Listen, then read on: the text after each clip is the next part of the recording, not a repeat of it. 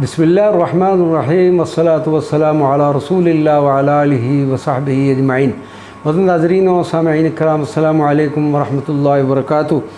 حضرت سیدنا عبداللہ رضی اللہ تعالیٰ عنہ کی اولاد مبارک سیدنا عبداللہ رضی اللہ تعالیٰ عنہ ایک ہی اکلوتے فرزند ارجمند تھے، اور وہ فرزند دو وجہ تخلیق کائنات اور جان کائنات صلی اللہ علیہ وسلم ہے، جن کو آسمانوں میں احمد اور زمین پر محمد صلی اللہ علیہ وسلم کے نام نامی سے یاد کیا جاتا ہے، اور جو نبی منتظر تھے۔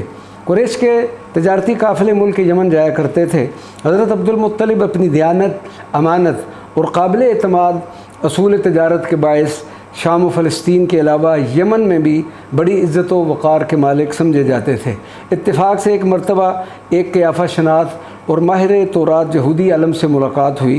اس نے بتایا کہ ہمارے ہاں یہ راز اب عام ہو چکا ہے کہ آنے والا نبی بنو ہاشم اور بنو زہرہ کے ہاں جنم لینے والے والدین سے ہوگا، اس لیے اگر آپ بنو زہرہ میں شادی کر لیں تو ہو سکتا ہے کہ آپ ان کے والدین میں سے ہوں جن کے حصے میں یہ سعادت آنے والی ہے۔ سیدنا عبدالمطلب رضی اللہ تعالیٰ عنہ کو واپس آنے کے بعد یہ بات یاد نہ رہی، اور وہ روزانہ کے معمولات میں مصروف ہو گئے۔ سیدنا عبدالمطلب کو قیافہ شناسوں اور احبار و رہبان کی باتیں ذہن میں تھی۔ اس پس منظر میں وہ اپنے بیٹے حضرت عبداللہ کے لیے بنو زہرہ کے سربراہ وہب کی بیٹی سیدہ آمنہ کا رشتہ مانگنے کے لیے تیار ہو گئے۔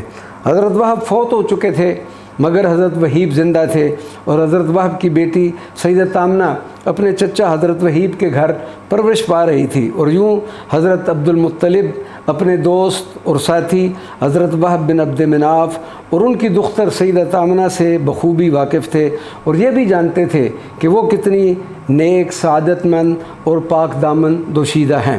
بنو ہاشم سے دولہا اور بنو زہرہ کی دولہن کی شادی طے ہوگی، اور تیاری کے بعد حضرت عبداللہ رضی اللہ تعالیٰ عنہ اپنے والد گرامی کے ساتھ بنو زہرہ کے گھرانے کے لیے روانہ ہوئے۔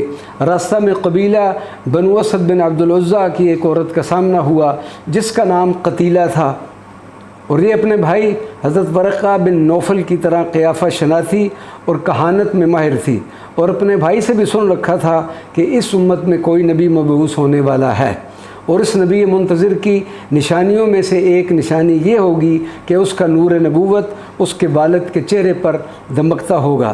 سیدنا عبداللہ اور حضرت عبدالمطلب جب اس عورت کے پاس سے گزرے تو وہ اس وقت خانہ کعبہ کے پاس کھڑی تھی۔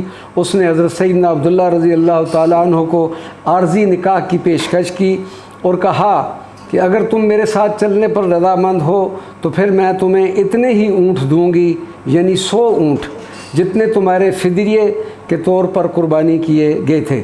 قابل غور بات یہ ہے کہ اس قسم کی عارضی اور وقتی شادی کا رواج عرب میں عام تھا، تاہم عرب کے شرفاء اس کو اس دور میں بھی بدکاری ہی تصور کیا کرتے تھے، اور پاک و نیک دامن لوگ اس سے بچتے تھے۔ حضرت عبدالمطلب اپنے صاحبزادہ سیدنا عبداللہ کو بنو زہرہ کے سردار وہیب بن عبد مناف کے گھر لے گئے، جہاں ان کا حضرت آمنہ رضی اللہ تعالیٰ عنہ سے نکاح انجام پایا۔ اس وقت کے عام دستور کے مطابق حضرت عبداللہ رضی اللہ تعالیٰ عنہ 3 دن تک اپنے سسرال میں رہے، اور انہی ایام میں نور نبوی صلی اللہ علیہ وسلم صلب طاہر سے رحم طاہر میں منتقل ہو گئے، اور یہ سوار شریف کا دن تھا۔ جب نور مصطفیٰ صلی اللہ علیہ وسلم سیدہ آمنہ کے ہاں منتقل ہوا تو زمین، آسمانوں اور جنتوں میں خوشیاں منائیں گی۔ حضرت علامہ البکری فرماتے ہیں کہ اللہ تبارک و تعالیٰ نے حضرت جبریل علیہ السلام کو حکم دیا کہ تم فرشتوں کی صفوں میں سدرۃ المنتہا پر اس خوشی کا اعلان کر دو۔ اس مبارک اعلان کے بعد جنت کے دروازے کھول دیے گئے اور دوزخ کے دروازے بند کر دیے گئے۔ حور و غلمان خوشی سے جھوم اٹھے، حوروں نے اپنے آپ کو سجا لیا، اور پرندے درختوں کی ٹہنیوں پر اللہ تبارک و تعالیٰ کی تحلیل اور تقدیس میں مصروف ہو گئے۔ حضرت عبداللہ رضی اللہ تعالیٰ عنہ جامع صفات تھے۔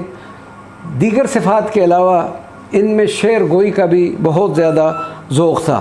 آپ کے ذوق شعر گوئی اور فصاحت و بلاغت ان 2 اشعار پر ملاحظہ فرمائے۔ دیہاتیوں نے ہر شہر میں یہ اعلان کر دیا ہے کہ ساری دنیا کے سرداروں پر ہمیں فضیلت حاصل ہے، اور میرے والد عزت اور سرداری والے ہیں، جن کی طرف ان کی عزت و سرداری کی وجہ سے بلند و پست ہر جگہ اشارہ کیا جاتا ہے۔ وما علینا الا البلاغ المبین۔